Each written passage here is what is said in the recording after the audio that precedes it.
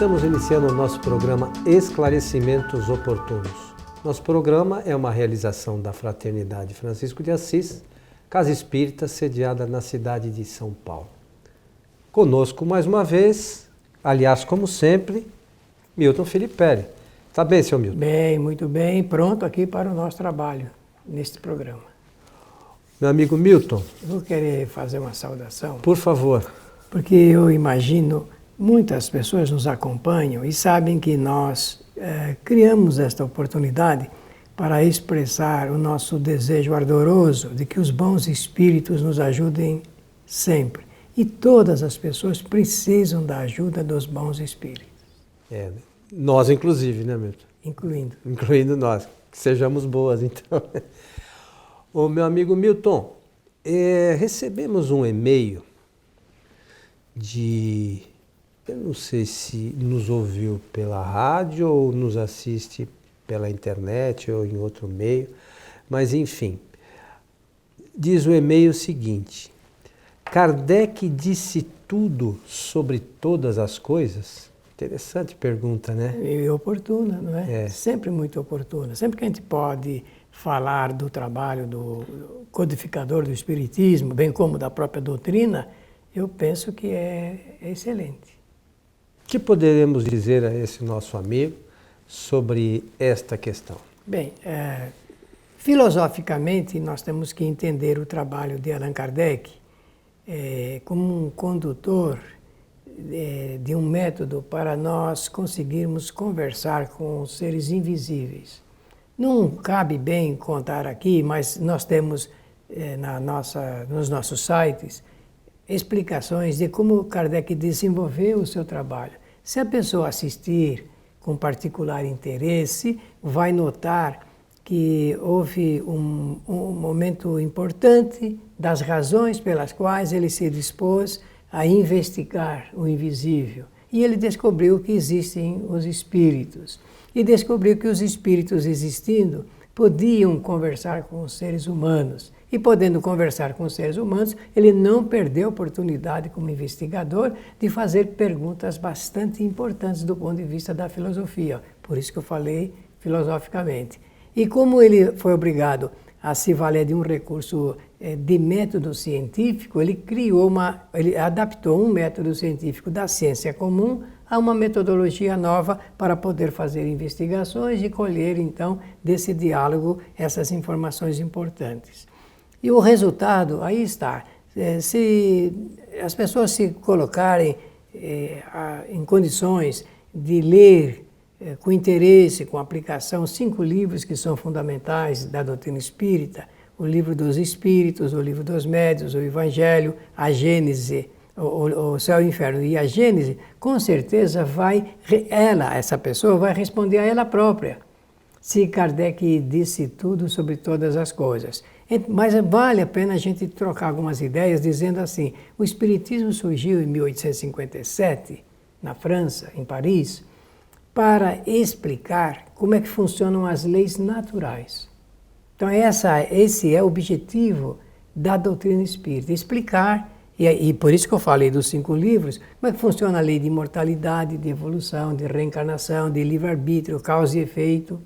Se nós entendermos dessas leis, nós vamos ter resposta para tudo da vida, tudo. Não precisa nem do Espiritismo, se entender de eimortalidade, evolução, porque o Espiritismo veio para explicar isso. Mas quando a humanidade toda, eu não sei daqui a quanto tempo, milhares de anos, não sei, depois que todos os espíritos da nossa humanidade conhecerem isso, não tem nem necessidade da existência do Espiritismo, porque aí vai se conhecer como é que funcionam as leis naturais. Mas eu posso fazer uma sugestão, aproveitando, claro, até porque eu trouxe aqui para que a gente pudesse nos auxiliar na resposta, uma questão que está no livro que é o Espiritismo, não é um desses que você citou, mas é o primeiro livro que Kardec sugere que as pessoas que têm um interesse de estudar ou conhecer a doutrina, para que faça a leitura. Então, no preâmbulo deste livro, se nós lermos aqui, nós vamos entender o seguinte: o Espiritismo é ao mesmo tempo uma ciência de observação e uma doutrina filosófica. como ciência prática, ele consiste nas relações que se podem estabelecer com os espíritos. Como filosofia, ele compreende todas as consequências morais que decorrem dessas relações. E diz mais, pode-se defini-lo assim: o espiritismo é uma ciência que trata da natureza, da origem e da destinação dos espíritos e das suas relações com o mundo corporal. Então, o objetivo do espiritismo é esse. É explicar. É explicar essas coisas, não é, por exemplo, definir se o Kardec não falou de cirurgia plástica, por exemplo, né, Milton? Ele tem que falar. Nem de transplante de órgãos, nem de criogenia. Nada disso. O objetivo da doutrina é falar do intercâmbio com os espíritos, de como isso se processa, como isso se dá, não é isso? Exato. Então, qualquer assunto filosófico que a gente queira abordar, qualquer um estará dentro desses 5 prioridades que eu mencionei. Que você mencionou. São 5 leis prioritárias. Eu repito para facilitar. Imortalidade, evolução, reencarnação, livre-arbítrio e causa e efeito. Essas são prioritárias. Qualquer tema que o nosso amigo ou amiga espectador esteja querendo desenvolver, ou ouvinte, vai poder encontrar aí explicação dentro dessas leis prioritárias, com toda certeza. Então agora vamos dissertar filosoficamente. Allan Kardec disse tudo sobre todas as coisas? Resposta, nem poderia fazê-lo, porque muitas coisas vão surgindo ao longo do desenvolvimento da história do homem na face da Terra. Então nem poderia, nem antecipar. Muitas pessoas perguntam assim, mas por que os espíritos não anteviram tal coisa? Porque não era essa a necessidade nem do momento e nem de hoje também. E nem objetivo, né? Nem objetivo. O objetivo é o esclarecimento sobre a nossa realidade espiritual. Somos espíritos imortais em processo de evolução, utilizando a lei da reencarnação para fazer experiências sempre renovadas no nosso planeta, extraindo novos conhecimentos, aumentando o valor do conhecimento antigo, sempre melhorado, acrescentado, e usando a lei de livre-arbítrio, liberdade de pensar, de falar e de agir, e colhendo, recolhendo, acrescentando efeitos às causas que nós criamos. Que é a lei de causa e efeito. Que é a lei de causa e efeito. Portanto, filosoficamente, é essa maneira como nós temos que encarar e enfrentar esse tema proposto pelo nosso espectador ou nosso ouvinte. Foi bom, sempre interessante, estimulante responder a isso. Às vezes as pessoas querem criar uma espécie de desafio, querem que o Espiritismo dê respostas a tudo na vida de todos. Nós somos todos diferentes. Cada um tem o seu mundo, a sua maneira, o seu perfil espiritual, sua maneira de fazer as coisas. Portanto, o Espiritismo nem poderia dar respostas a tudo dessa maneira. Agora, filosoficamente, atende às nossas principais necessidades filosóficas. Nós somos diferentes porque cada um enfrentou a lei de livre-arbítrio de forma diferente, a lei de causa e efeito de forma diferente e, naturalmente, a reencarnação de forma diferente. Então, não há como ser igual, né? Cada um tem os seus princípios, seus meios de atuar e de agir, né, Milton? Belíssima a sua colocação. E eu aproveito para dizer o seguinte, na origem somos iguais, mas no exercício pleno do direito do livre-arbítrio, da ação e da lei de causa e efeito, os espíritos vão se tornando independentes porque cada um vai rumando para uma situação. A gente pode pensar que, em algum momento, baseado nisso, poxa, mas teve um espírito que sempre acertou tudo na vida e atingiu o objetivo, né? Chegou a espírito puro antes. Pode até ter, né, Milton? Mas o número nós não sabemos. Não sabemos. E segundo, tudo leva a crer que não.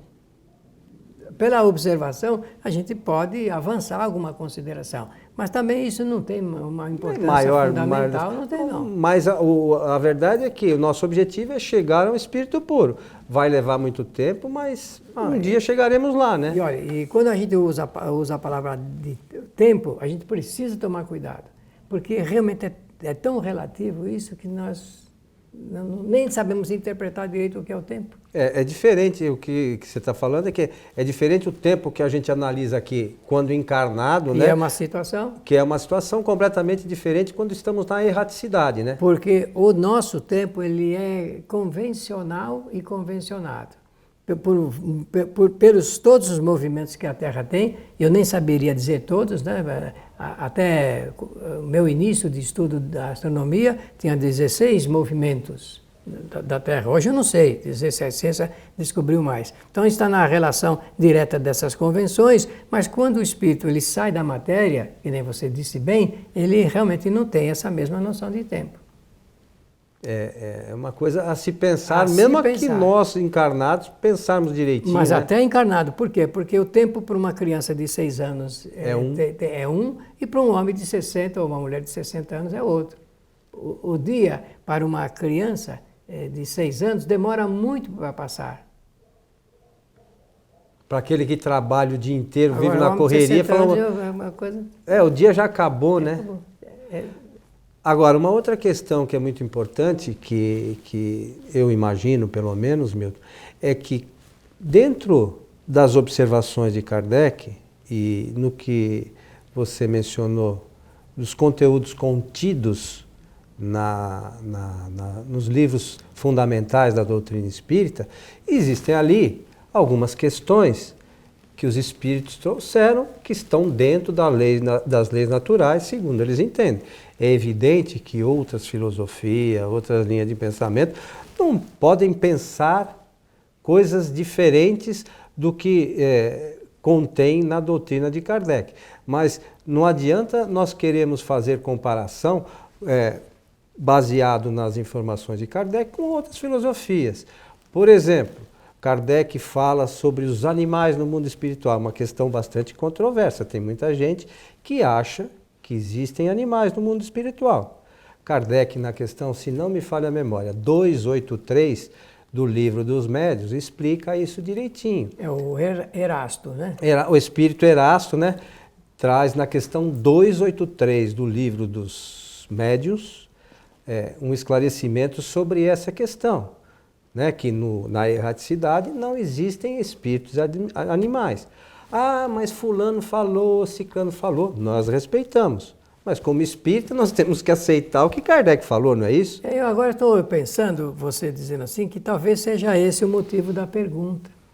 Porque muitos autores considerados espíritas trouxeram informações diferentes ou faltantes ali, que consideram faltantes, e que então talvez seja para justificar isso, né, que a pergunta foi formulada. Se o objeto é esse, então, sabe, eu aprendi que o Espiritismo é o que está contido nas obras fundamentais da doutrina, porque Kardec utilizou de um recurso chamado critério universal de estatística para dar foro de veracidade para as respostas dos espíritos. Kardec não ouviu um espírito só. Ele ouviu muitos espíritos através de muitos médiuns em momentos diferentes e em lugares diferentes. Então ele colheu essa massa de informação, fez um trabalho de classificação, sistematização, codificação e depois então alinhou isso numa espécie de resultado final. Isso do ponto de vista estatístico, ele é muito importante porque não é um espírito que está falando. É muito perigoso a gente dar crédito para um único espírito só. É muito perigoso. E a própria doutrina mostra isso dentro da sua orientação. É importante que nós lembremos que as leis naturais, né, Milton, são imutáveis, né? Foram criadas por Deus e elas não vão se alterar. Daqui a milênios elas serão as mesmas, não é isso? O que não é porque não existia antes e passa a existir agora que foram alteradas, né? Absolutamente. Quando nós usamos a expressão lei natural, nós estamos querendo falar justamente do conjunto de providências emanadas do Criador para fazer funcionar um evento chamado vida. Então, leis naturais, leis divinas, leis de Deus, lei do Criador, são a mesma coisa. Então, são permanentes, não fazem alterações. As leis humanas, não, as leis humanas são alteráveis. E estão de acordo com os interesses, necessidades das épocas, mas as leis de Deus não. E elas servem, vale lembrar também, para todo o universo. Não é que na Terra é de um jeito, sim, em outro planeta é de outro jeito. As leis, essas leis naturais, elas servem para servem para todo o universo e em todos os tempos, não é isso? Isso mesmo, exatamente. Então, tudo que nós queremos examinar filosoficamente, quase que até cientificamente, se nós estivermos pensando na ciência espiritual, tudo que nós queremos examinar está contido no funcionamento dessas leis que são naturais. Tudo, absolutamente tudo. Qualquer tema que a gente coloque para discutir, para debater, estará enquadrado dentro dessas leis que são naturais. Até porque a evolução faz parte das leis naturais, né? E os espíritos evoluem, então essa discussão, filosoficamente, ela sempre continua. Mas especificar um ou outro detalhe, aí não há como ser feito, porque existem coisas que daqui a alguns anos, daqui a 100 anos, tudo isso que está discutindo hoje, em termos materiais, vai ser insignificante. Mas as leis naturais continuarão ser as mesmas, não é isso? Isso mesmo. Então, e os espíritos que ajudaram Allan Kardec no desenvolvimento desse trabalho de informação, de esclarecimento, esses espíritos pertenciam a 3 categorias, conforme nós temos dito em nosso programa Esclarecimentos Oportunos, né? Eu lembro bem que já falamos algumas vezes. Ou eles são filósofos, ou são cientistas, ou são religiosos. Então, são 3 categorias. E dão um apoio, um suporte ao trabalho de Kardec, cada um dentro da natureza da questão que ele levanta. Não é? As perguntas de ordem científica, que tem o Livro dos Espíritos, por exemplo, sobre biologia ou sobre física, que Kardec apresenta, é evidente que foram essas perguntas respondidas de acordo com a época, nós estamos falando em 1857, 56 para 57, e de acordo com um tipo de necessidade por um espírito cientista. Uma pergunta que tem conotação teológica ou religiosa, um religioso, por certo, ofereceu as respostas dadas. E um que só caminha, transita pela filosofia, com certeza foi um dos filósofos antigos, conforme está lá nos prolegômenos. Essa palavra ela não é muito usada hoje, mas que significa o enunciado filosófico ou científico da doutrina. Está no início do Livro dos Espíritos. Então a gente identifica ali pelas assinaturas quais foram as categorias, não que só tenha sido somente aqueles espíritos, não é verdade isso. Muitos outros também participaram, e cada um de acordo com essa feição da questão levantada por Kardec. O que nós precisamos entender que ele realmente assumiu um trabalho. Quando ele percebeu que ele estava diante de uma grandiosidade de ideias, ele então assumiu isso de maneira simples, de maneira justa. Kardec tinha um bom senso muito apurado, um discernimento grande para fazer as observações. Então ele assumiu esse trabalho. E quando ele percebeu que esse trabalho que ele assumiu, ele detinha o perfil dele, era o perfil de uma revelação filosófica, não tem dúvida, ele então tratou de compartilhar isso com o resto da humanidade. E ele até que quis fugir da assinatura do nome dele, porque Kardec é apenas um pseudônimo. O nome dele é Hippolyte Léon Denisard Rivail, né? Mas ele não queria assinar o nome dele e por isso ele aceitou uma sugestão de um espírito amigo de pôr lá o nome de um pseudônimo, né? Allan Kardec é o pseudonímo. Que era provavelmente de uma encarnação antiga. A informação é essa, de que ele tivera numa encarnação lá com os druidas, nos celtas. Então ele tinha tido esse nome e ele assumiu essa condição apenas para dar um título. Notem que ele não coloca nem os nomes das médiuns que serviram ao trabalho para não escancarar isso publicamente. Quiser oferecer uma contribuição para a humanidade e olha, uma contribuição valiosa, por certo, né? É importante que a gente entenda realmente isso, né, Milton? Use como a própria doutrina nos indica, usar a razão sobre essas questões para não cairmos aí em ciladas. Nós respeitamos, já dissemos aqui inúmeras vezes, Nós respeitamos todos os pensamentos, todas as filosofias, nós respeitamos todos. Mas nosso trabalho aqui é divulgar o Espiritismo, né? Trazer as informações segundo os livros de Allan Kardec. Então, é nesse sentido que nós tentamos trazer a informação. O nosso entendimento é esse. Podemos errar em algumas coisas? Claro que sim, né? O nosso entendimento é somos falíveis, né? Ninguém aqui se considera perfeito e infalível. Mas dentro da divulgação dos livros de Kardec, o pensamento, por exemplo, sobre essa questão de animais é esse, né? Outras pessoas pensam de forma diferente, mas o espírita... o pensamento espírita é esse. Né? A doutrina espírita apresenta a sua tese dessa forma. Dessa forma. E de outras questões que nós poderíamos citar aqui, inúmeras, né? Que não vem ao caso agora, mas o importante é que as pessoas procurem fazer a sua análise, se espírita, baseada nos livros fundamentais da doutrina. Agora, o que a gente gostaria mesmo é de que os nossos debatedores, né, realmente estudassem as obras de Kardec, conhecessem a fundo, porque para debater espiritismo precisa conhecer o espiritismo. Kardec fala isso. Para se criticar uma tese, uma doutrina, a gente precisa conhecer a tese e a doutrina. Conhecendo fica mais fácil da gente conversar. Fica muito mais fácil de conversar. Agora, não conhecendo, a pessoa fica apenas com uma ideia parcial do que raciocina, do que pensa, e com lógica ficará mais difícil concluir.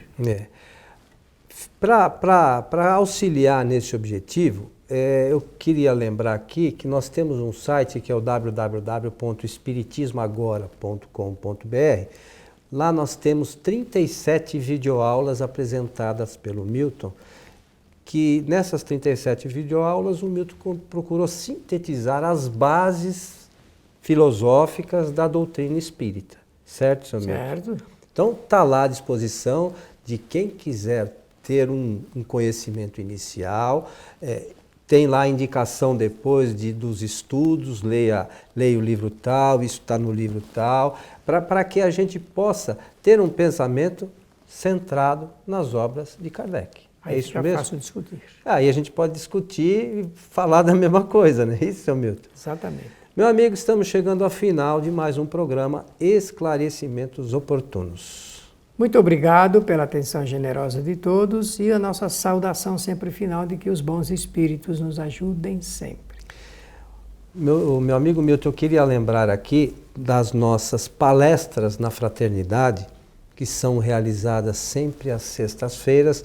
Nós transmitimos ao vivo pelo nosso site www.tvfraternidade.com.br. Então, a partir das 19h30 já temos transmissão ao vivo, temos lá o pessoal que traz umas músicas por vezes, outras vezes nós apresentamos um programa Transição para anteceder a palestra, e a palestra propriamente dita tem início às 20 horas. Então, aqueles que quiserem ter um contato mais próximo, né, com a nossa casa, é só acessar o site que eu falei, tvfraternidade.com.br, e assistir às nossas palestras ao vivo.